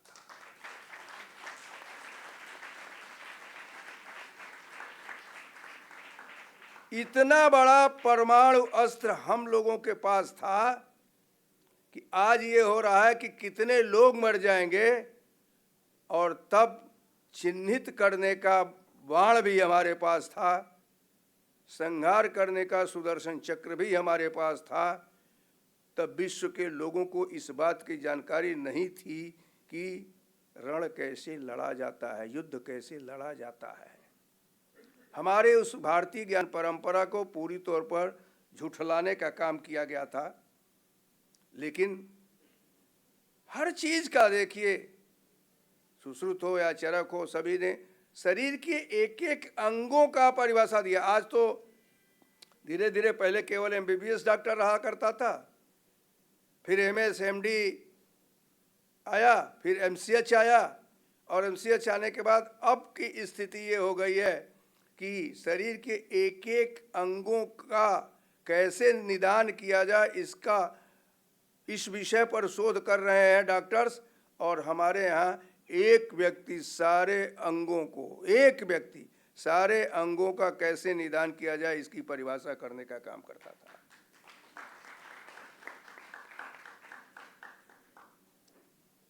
तो हम उस पर नहीं जाएंगे कि अर्थशास्त्र में कौटिल्य ने क्या कहा, क्योंकि बड़ी अच्छी तरह से परिभाषा उसका प्रिंसिपल साहब ने दिया है। लेकिन कौटिल्य के अर्थशास्त्र पर आज भी न केवल भारत बल्कि भारत के बाहर भी लोग प्रत्येक क्षण अध्ययन कर रहे हैं। न जाने कितने लोग कौटिल्य के अर्थशास्त्र पर एक एक लाइनों पर पीएचडी कर करके अपने को ये दिखा दिए कि हम इस विषय पर पीएचडी करने का काम किए। मैंने इसी नाते आप सभी लोगों से सबसे पहले पूछा कि क्या इसका अध्ययन होना चाहिए। भारत सरकार ने जहां भारतीय ज्ञान परंपरा को अपनाया जाए का कहा है, वहीं यह भी कहा है समयानुसार, सुविधानुसार धीरे धीरे करके अपनाइए। जैसे कल पूरा का पूरा पाठ्यक्रम बन गया और पाठ्यक्रम को बनाने वालों ने बना करके छोड़ दिया, और उसके बाद हम क्या पढ़ रहे हैं?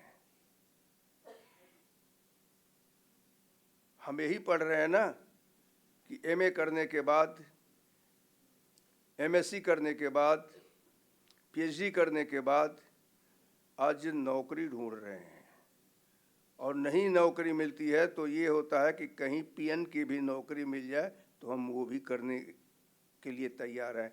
तो आपके द्वारा जो पाठ्यक्रम के अंतर्गत पढ़ाई हुई, जिस पर पीएचडी आपने किया, उसका मतलब क्या था? तब भारतीय ज्ञान परंपरा के आधार पर कोई भी व्यक्ति नौकरी करने का काम नहीं करता था। कोई भी व्यक्ति नौकरी करने का काम नहीं करता था। तब तो ऋषियों ने एक बात कहा कि जब राजा शपथ लेता था, राजा जब शपथ लेता था, और राजा के संदर्भ में ये था कि जो आदेश दे दे वही उसका वो है, किसी को भी मृत्यु दंड दे सकता था, किसी को किसी संपत्ति छीन सकता था। लेकिन तब इस बात को ये कहा गया जब वो कहता था, अपने सर पर मुकुट रखते हुए तिलक हो जाती थी और कहता था अदंडो वश्मी, मुझको दंडित नहीं किया जा सकता है। कहता था अदंडो अस्मि, मैं दंड के परे हूँ। तो जो पुरोहित रहता था वो पलाश का एक दंड लेकर के उसके सर पर प्रहार करते हुए करता था धर्म दंडो अस्मि। तुम अदंडो अस्मि कह रहे हो एक राजा के नाते, लेकिन धर्म हमेशा तुमको, अगर न्याय पथ पर नहीं चलोगे तो धर्म का दंड तुम्हारे लिए रहेगा, और उस दंड के आधार पर तुम ही क्या, तुम्हारा पूरा का पूरा राज्य जनता के बीच में दे दिया जाएगा। इसकी व्याख्या करने का काम करता था। इस नाते हम इस बात को कह सकते हैं कि जो भी कर प्रणाली इत्यादि से ये सही है, कितना सुंदर है कि मधु की तरह से लो और उस पुष्प को भी ये न लगे कि कोई हमारा मधु लेकर के गया है, और मधु का बड़ा बड़ा छत्ता बन जाए। उस छत्ते से लोग आज तो छत्ते भी निकाल लेते हैं, और उस मधु में, सही मधु में इतना शर्करा डाल देते हैं और उस पर भी शुद्ध लिख देते हैं,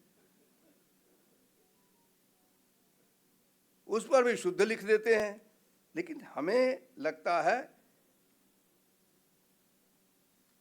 कि अगर हमने शून्य की गति को शून्य दिया, ग्रहों की गति को अगर किसी के समझाने का काम किया तो आर्यभट्ट ने करने का काम किया था। आर्यभट्ट ने करने का काम किया था कि ग्रहों का क्या है, खगोलीय स्थिति क्या है। भारद्वाज के संदर्भ में आपने सुना ही कि विमान के संदर्भ में उन्होंने संकल्पना की 4वीं शताब्दी में, जब पूरा विश्व ज्ञान से शून्य था, तो भारत पूरी तौर पर ज्ञान को के भार को लेकर करके जो है पूरे विश्व को ज्ञान देने का काम कर रहा था। आज स्थिति ये है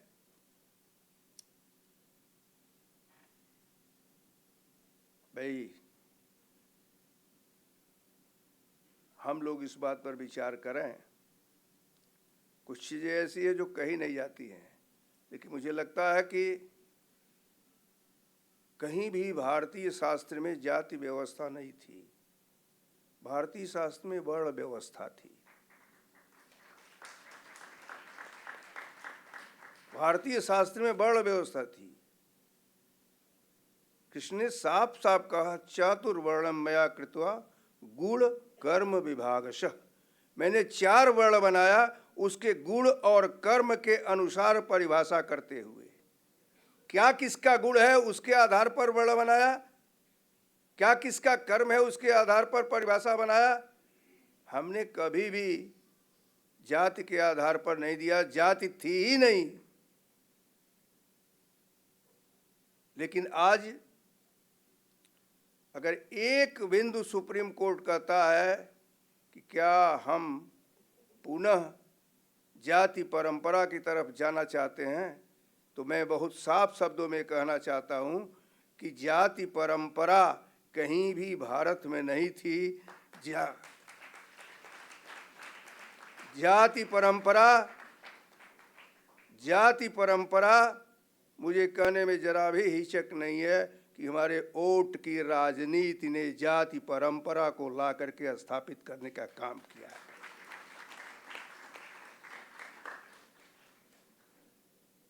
इस नाते हमें बड़े साफ शब्दों में इस बात को परिभाषित करना चाहिए कि भारतीय ज्ञान परंपरा एक अद्भुत है, जिसका अध्ययन निश्चित रूप से होना चाहिए।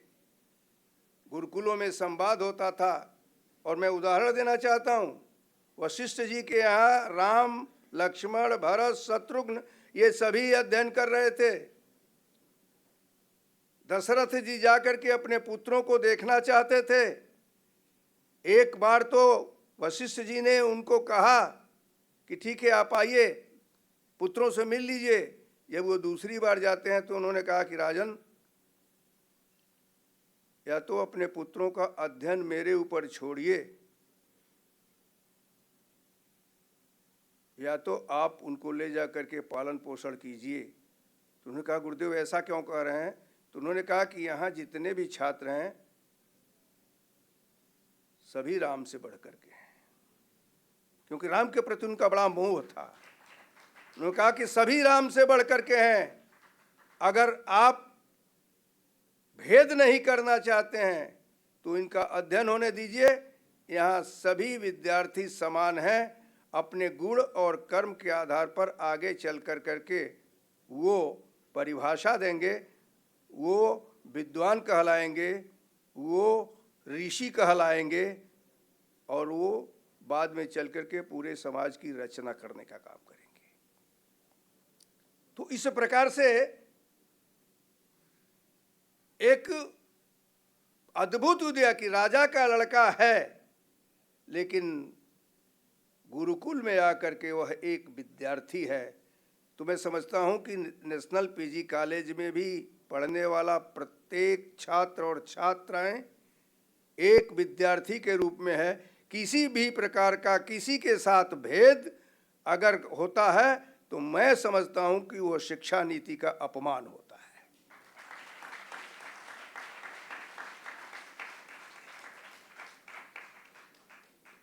इस नाते इसको विषय बहुत बड़ा है, अगर चर्चा किया जाए, क्योंकि समय की एक मर्यादा है, अगर चर्चा किया जाए तो ये बढ़ता चला जाएगा हनुमान जी की पूंछ की तरह से। भाई हनुमान जी ने यही तो किया था कि आप सोचिए कि जिस समय हनुमान जी लंका में प्रवेश करते हैं, मसक समान रूप कपिधरी, लंका ही चले सुमेरे न रहरी। एक मच्छर के रूप में लेकर गए थे, लेकिन वहां भी लंकिनी एक थी, नाम लंकिनी का वो करके कहा कि कहाँ जा रहे हो भाई, चोर ही तो मेरा आहार है और तुम कहाँ जा रहे हो। तब उन्होंने क्या कहा, मुटका एक माँ हरी कपिहनी, अब रुधिर भमत धरनी धनमनी। मतलब ये स्थिति थी कि इस प्रकार से हनुमान जी गए, सब कुछ वो किए और लंका का दहन हो गया। तो हमें लगता है कि हम सब लोगों को इस पर विचार करने की आवश्यकता है कि ज्ञान तो कहीं से भी लिया जा सकता है। अगर वेनसांग फायान यहाँ आकर के, मैक्स मूलर यहाँ आकर करके ज्ञान लेकर के जाते हैं, अगर भारतीय ज्ञान को सर्वाधिक नुकसान पहुंचाने का किसी ने काम किया था तो ब्रिटिशर्स ने किया था। सर्वाधिक नुकसान पहुंचाने का काम किसी ने किया, ब्रिटिशर्स ने किया था। व्यापारी था, इस नाते ईस्ट इंडिया कंपनी के रूप में आया, राजा बन करके बैठ गया। और आज भी बड़े मुश्किल से थामने का काम किया है भारत सरकार ने अपनी नीतियों के द्वारा। परसों जब मैंने पढ़ा और देखा कि एक व्यक्ति ये मत करो वो मत करो, पूरी तौर पर बैठ करके संचालित करने का काम क्या था, आप नहीं मानोगे तो हम टैरिफ लगा देंगे, आप नहीं मानोगे तो हम टैरिफ बढ़ा देंगे। करते कराते 50% की टैरिफ भारत पर भी कर दिया। लेकिन भारत सरकार की मैं सराहना इस बात के लिए करना चाहूँगा कि जिस तरह से उन्होंने यूरोपियन यूनियन से अपने समझौते करके डील कर करके 45 करोड़ लोगों को एक साथ साधने का काम किया और इस तरह से 2 अरब लोगों को जोड़ने का काम किया कि उनका जिनका टैरिफ कहीं रुकता ही नहीं था हनुमान जी की पूंछ की तरह से, तो उनका टैरिफ ऐसा थमा कि परसों जब मैंने पढ़ा कि डील हुई और डील में जो 50% का टैरिफ था वो 18% पर आकर के खड़ा हो गया।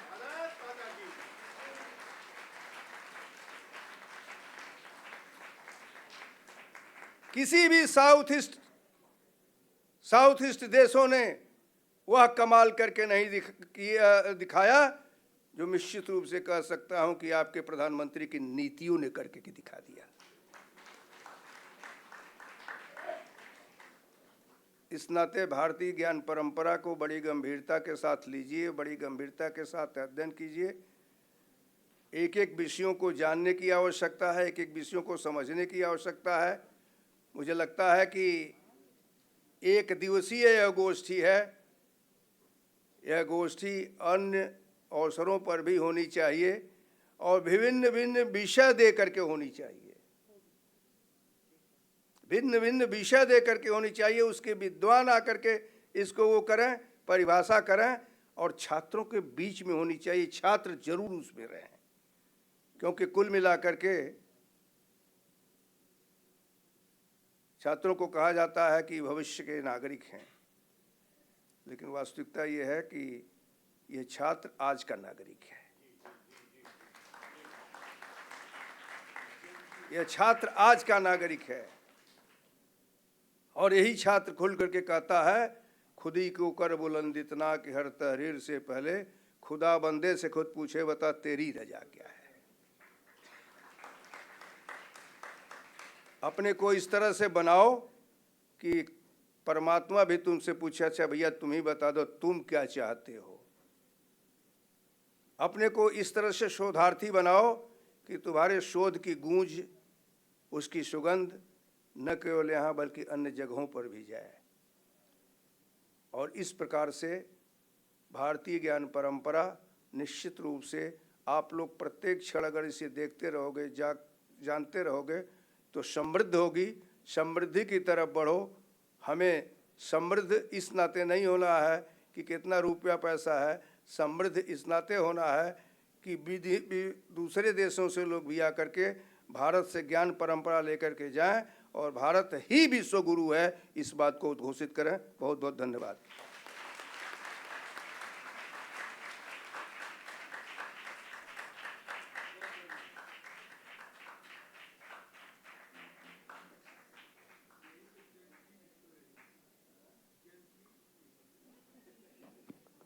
बहुत बहुत धन्यवाद सर। माननीय राज्यपाल महोदय जी, आपने इस विद्वतापूर्ण व्याख्यान के द्वारा आईकेएस के बहुआयामी दृष्टिकोणों पर व्यापक प्रकाश डाला है और आज बहुत से अनछुए पहलुओं को भी हमारे सामने प्रस्तुत किया है। सर, इसके लिए मैं आपका बहुत बहुत धन्यवाद करती हूँ। और ये निश्चित तौर पे मैं ये भी कह सकती हूँ कि आपका ये एड्रेस हम सभी को इस विषय पर रिसर्च करने के लिए एक नई दिशा ज़रूर प्रदान करेगा। कार्यक्रम समापन के इस चरण में धन्यवाद ज्ञापन हेतु मैं मोतीलाल मेमोरियल सोसाइटी के आदरणीय जनरल सेक्रेटरी श्री राजेश सिंह जी को वोट ऑफ थैंक्स देने के लिए मंच पर आमंत्रित करती हूँ। धन्यवाद। इस संगोष्ठी के मुख्य अतिथि भारतीय राजनीति के शुचिता के प्रतीक, एक सौम्य व्यक्तित्व और हिमाचल प्रदेश के महामहिम, जिनका स्नेह, आत्मीयता, आशीर्वाद हमें छात्र जीवन से प्राप्त होता रहा, आदरणीय माननीय शिव प्रताप शुक्ल जी, हम सभी के अभिभावक पिता तुल्य डॉक्टर अशोक वाजपेयी जी, महिला आयोग की उपाध्यक्ष, रिश्ते में हम लोगों की बहू श्रीमती चारू चौधरी, हमारे नेशनल पीजी कॉलेज के प्रधानाचार्य श्री देवेंद्र कुमार सिंह जो इस कार्यक्रम के आयोजक हैं और एक अच्छे इतिहासकार भी हैं, नेशनल पीजी कॉलेज की मैनेजमेंट कमेटी के सदस्य सुधीर हलवासिया जी, आरवी सिंह साहब, नेशनल पीजी कॉलेज के फैकल्टी के members, supporting staff, Motilal memorial society के सब पदाधिकारी एवं सदस्यगण, छात्र छात्राओं, मीडिया कर्मियों, यह हमारे लिए सौभाग्य की बात है कि आज भारतीय ज्ञान परंपरा पर एक हम लोगों ने वर्कशॉप आयोजित किया, जिसमें महामहिम आए और उनका जो उद्भाषण था, जो संबोधन था, वैसे ही याद दिलाता है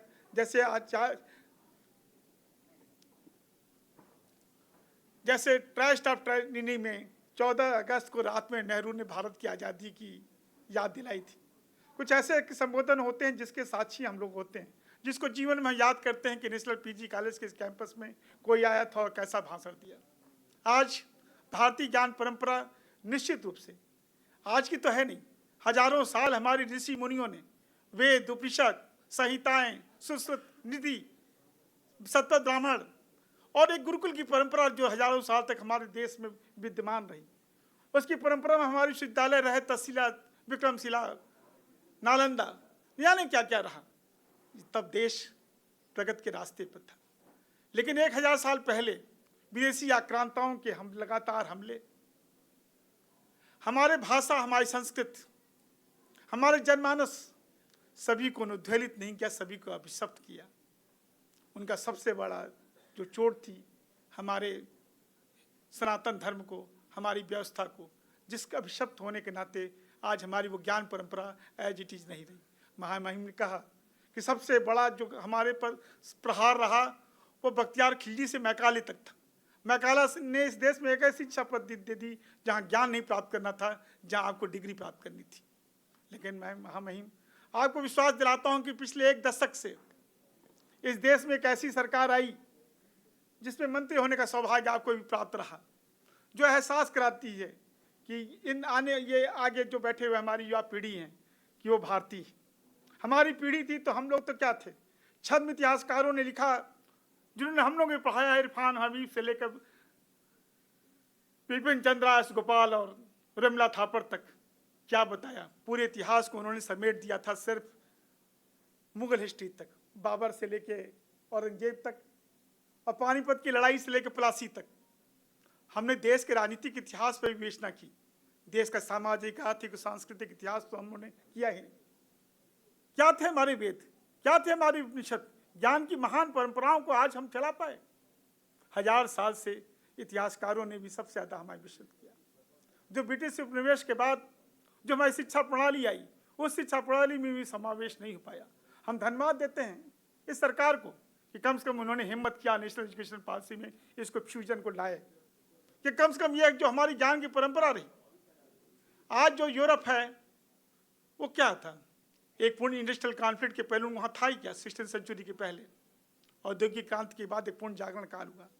लेकिन आज इस देश में भी पूर्ण जागरण काल हो चुका है। ये जो जेन जेड कैटेगरी के लोग हैं ये एहसास दिलाते हैं कि भारतीय हैं, भारतीय समाज की जो रचना की जाती है, भारतीय सांस्कृतिक जो समाज की सांस्कृतिक विरासत थी उसको आज सजोने का वक्त आ गया है। आज हम ये मानते हैं कि देश विकसित और समृद्ध की पड़ा है। ये जो कौम है, ये जो आगे पीढ़ी है, हमसे ज़्यादा प्रतिभाशाली है, हमसे ज़्यादा आर्टिकुलेट है और हमसे ज़्यादा ज्ञानी है। निश्चित रूप से आज देश अगर समृद्ध और विकसित होने का था, हम लोग की जो पीढ़ी थी वो धर्मनिरपेक्षता और झूठे समाजवाद के चक्कर में थी। हमारे एक मित्र थे गोरख पांडे, उन्होंने कहा बबुआ समाजवाद धीरे धीरे आई, हाथी से आई, घोड़ा से आई, अंग्रेजी बाजा बजाई, ओटवा से आई और नोटवा से आई। हम उसी समाजवाद के अभिवाचन में भूल गए कि हमारे देश की महान विरासत और हमारे देश का सशक्तिकरण क्या है। आज समय आ गया है कि हम सभी आगे बढ़ें। विवेकानंद ने कहा था कि उत्तिष्ठित जागरो, उठो और जागो। आज की ये पीढ़ी जाग चुकी है और आगे बढ़ने के लिए प्रयत्नशील है। इस देश में 1947 तक एक समृद्ध विकसित जो देश की कामना की जाती है वो भारत होगा। आदरणीय महामहिम ने कहा गुरु तो हजारों साल पहले हम थे, लेकिन आज उस आधार पर पहुंच गए हैं कि जहां पूरी दुनिया हमारे माने। कभी कभी ये लगता है कि हमारी आबादी हमारे लिए भार होती है, लेकिन आज मैं महसूस करता हूं कि हमारी आबादी हमारी ताकत है। जो ब्रेन ड्रेन हो रहा है, एक दिन दुनिया का क्या, कौन सा विश्वविद्यालय, कौन सा फाइनेंशियल इंस्टीट्यूशन, कौन सा डिजिटल प्लेटफॉर्म है, आज हिंदुस्तानी नहीं। आज हमारी प्रतिभा की इस देश में, दुनिया में कहाँ कदर नहीं होती। अंत में हम आपको एहसास जाते कि नेशनल पीजी कॉलेज एक हमारा ऑटोनॉमस कॉलेज है, लगभग 7-7.5 बच्चे हैं। सदैव चंद महान गुप्ता जी ने 1974 में इसको स्थापित किया था। हम एक और हमारे फैकल्टी के मेंबर्स अपनी मेहनत से, अपनी कमिटमेंट से इसको एकेडमिक एक्सेलेंट के सेंटर के रूप में परिवर्तित कर चुके हैं। और हम लोगों ने, मैनेजमेंट ने निश्चित किया है कि हम इसको आने वाले भविष्य में डीम टू यूनिवर्सिटी में कन्वर्ट कर रहे हैं। इसके लिए हम लोग एक नया कैंपस बना रहे हैं जिसमें हमारे team leader professor Devendra Kumar Singh ji हैं और हमारा मोतियाल में सोसाइटी इनके पीछे खड़ा है। महामहिम, हम आपसे एक अनुरोध करना चाहते हैं, क्या आप हिमाचल के कुलाधिपति, Indian institute of advance studies आप ही क्या हैं, 24 विश्वविद्यालयों के आप कुलाधिपति हैं। हम चाहते हैं कि भविष्य में नेशनल पीजी कॉलेज का हिमाचल के विश्वविद्यालयों और कॉलेजों के साथ एक MOU हो कि कम से कम एक कल्चरल एक्सचेंज, एक जो बैंक होता है नॉलेज सिस्टम का, इस सिस्टम का आदान प्रदान होता रहे। कम से कम हमारे विद्यालय के बच्चे और हमारे फैकल्टी के मेंबर्स भी हिमाचल के विश्वविद्यालयों से अपने ज्ञान की रेखा को आगे बढ़ाएं। इन सबके साथ आपने अपने भाषण से हम सभी को भी सिंचित किया। आपने सारी विशद व्याख्या की, हमारे प्रधानाचार्य ने भी विषय को प्रवर्तन किया और आदरणीय अशोक वाजपेयी जी के उद्बोधन के बाद कहने को कुछ रहा नहीं। एक बार फिर हम सभी आप सभी लोगों के प्रति आभार प्रकट करते हैं और विशेषकर हम आज के मुख्य अतिथि आदरणीय माननीय श्री प्रताप शुक्ला जी के प्रति आभार प्रकट करते हैं कि उन्होंने एक हमारे अनुरोध को स्वीकार करके अपना बहुमूल्य समय निकाला, जिसके लिए हम Motilal Nehru society national PG college आपके प्रति हमेशा कृतज्ञ रहेंगे। जय हिंद, जय भारत।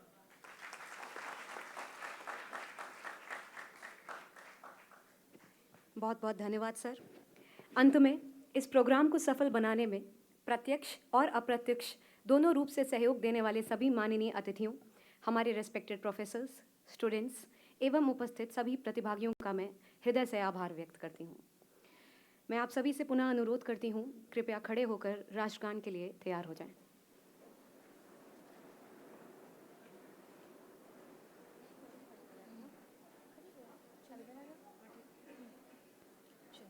जनगण मन अधिनायक जय हे भारत भाग्य विधाता। पंजाब सिंध गुजरात मराठा द्राविड़ उत्कल बंगा। विंध्य हिमाचल यमुना गंगा उच्चल जलधि तरंगा। तब शुभ नामे जागे तब शुभ आशीष मांगे। गाहे तब जय गाथा जन गण मंगलदायक जय हे भारत भाग्य विधाता। जय हे जय हे जय हे जय जय जय जय हे जय।